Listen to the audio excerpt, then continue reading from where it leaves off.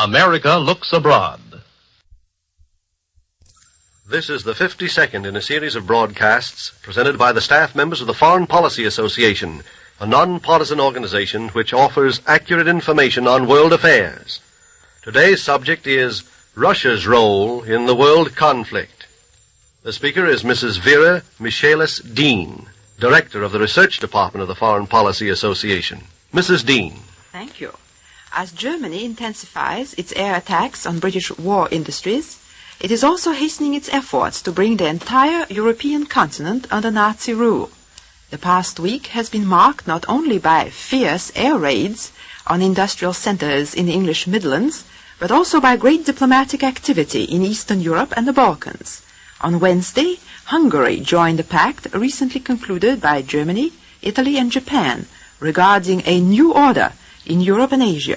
Yesterday, Romania followed suit by joining the Axis alliance, and similar action is expected to be taken soon by Bulgaria, whose king met Hitler in Germany last Sunday. These diplomatic moves are designed to prevent any action on the part of countries in Eastern Europe and the Balkans which might directly or indirectly prove of aid to Britain. Most important of all, they are intended to isolate Greece and to frighten Turkey into abstaining from intervention in the Mediterranean campaign. To carry out these diplomatic maneuvers, Germany needed the acquiescence of Russia, for Russia is Turkey's next-door neighbor, and while Turkey has agreed to aid Britain, it has specified that it will not become engaged in war with Russia. You can see that if Moscow today should tell Turkey it must cooperate with the Axis, the Turkish government would be placed in a dangerous dilemma. It was apparently to obtain Russia's approval of their plans that the Nazis invited M. Molotov, the Soviet premier, to visit Berlin on November 12. So far as can be determined, M. Molotov listened to Hitler's plans for a new order, but made no definite commitments. On the contrary, when it was reported in the German press that Hungary had joined the Axis powers and Japan with the full approval of Russia, the official Soviet news agency declared this report did not correspond with the facts in any extent, nor is it clear yet that Russia has made any material concessions in the Far East to Germany's partner, Japan, which is pressing negotiations for a non-aggression pact with Moscow.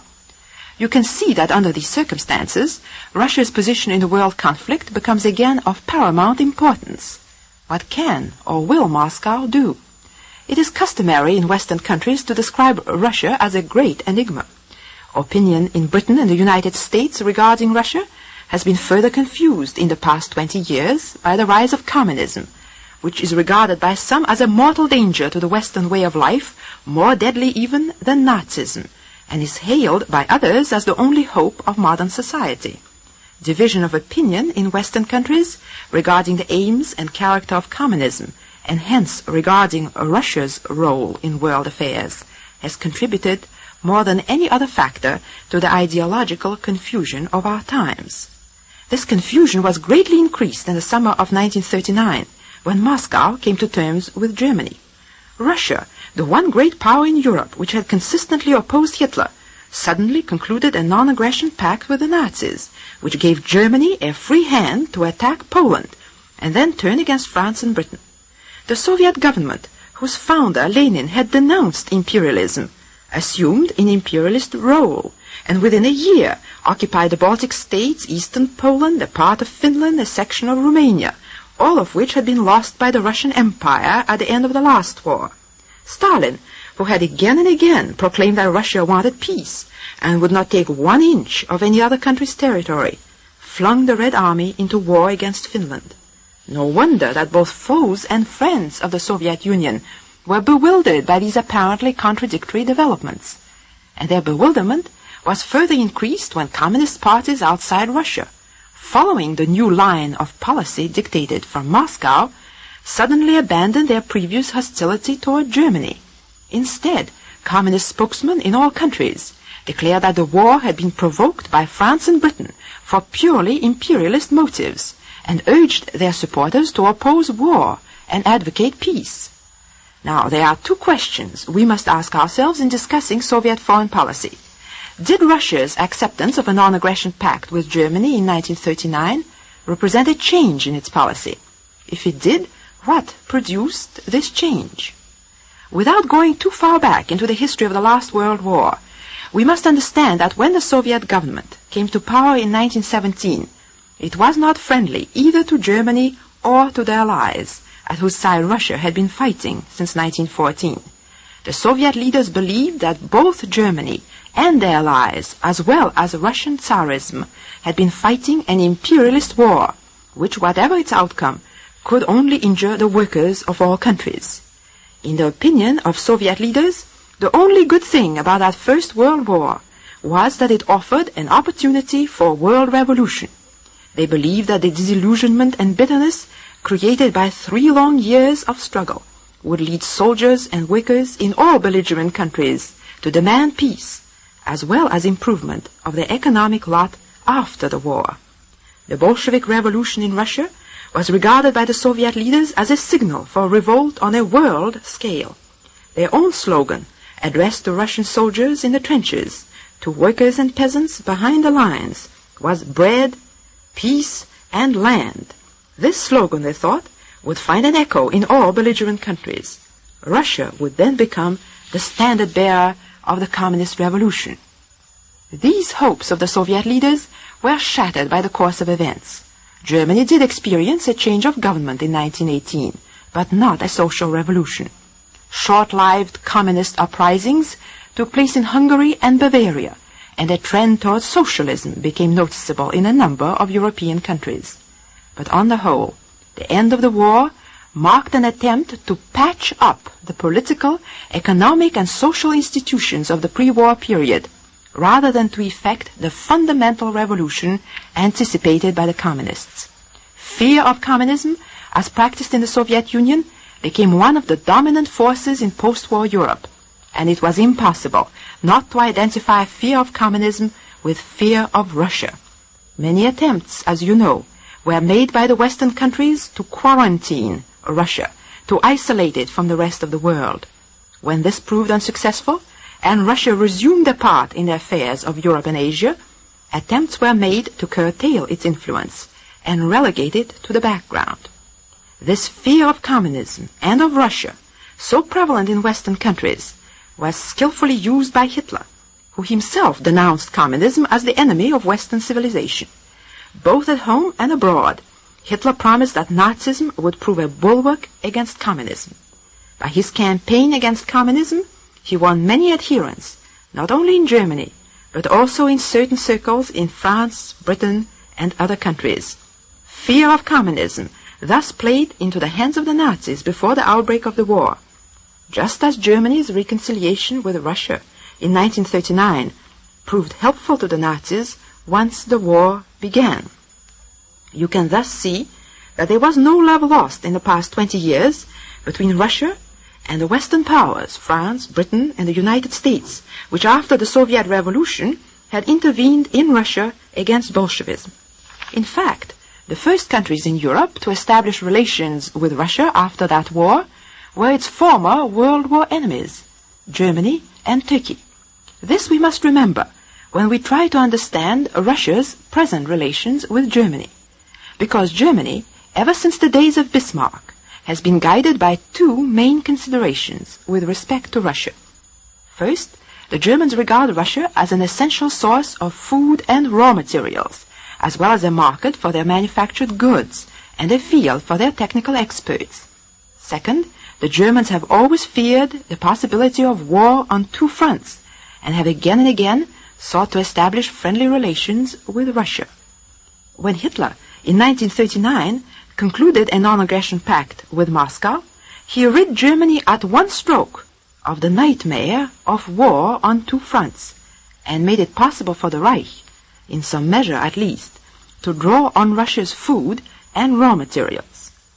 Now we must understand that Moscow, from the outset, has regarded both Germany and the Western powers as capitalist countries. It has believed that the capitalist countries are bound sooner or later to attack communism. Moscow's only question was which of the 2 present belligerents would prove more dangerous to Russia. In the early post-war years, when Germany was weak and the Allies relatively strong, Moscow feared the Allies. When Germany, after Hitler's rise to power in 1933, began to grow stronger and their allies became relatively weaker, Moscow began to fear Germany and hoped it might get assistance from France and Britain in case Germany attempted to attack it.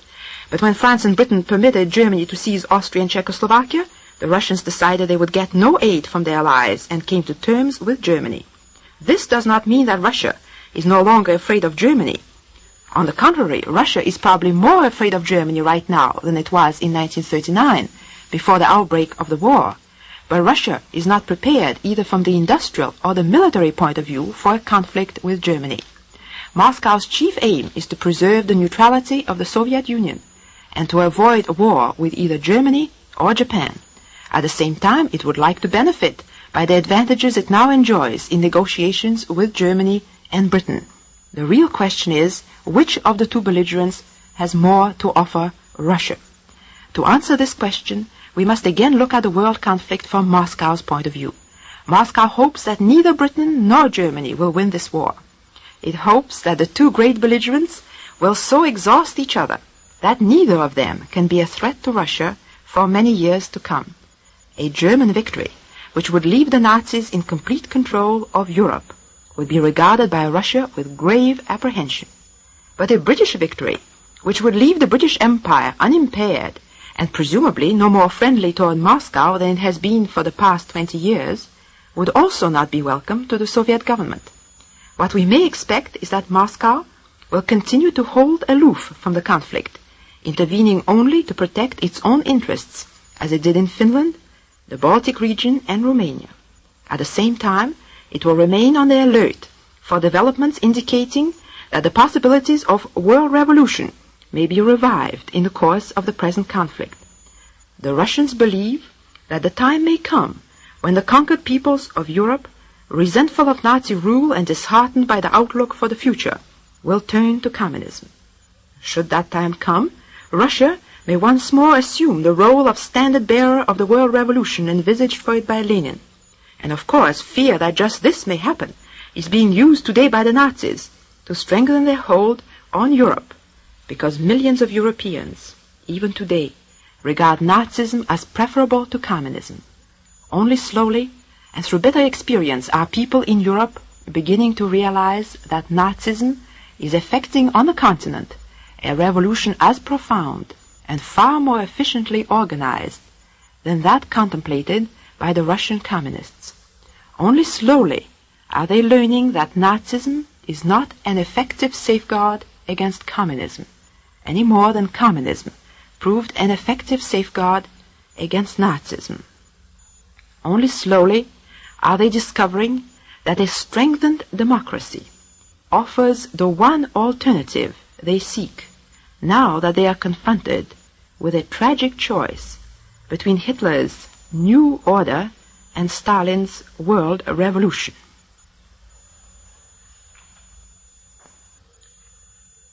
Mrs. Vera Michelis Dean, Director of the Research Department of the Foreign Policy Association, was today's speaker in the America Looks Abroad series.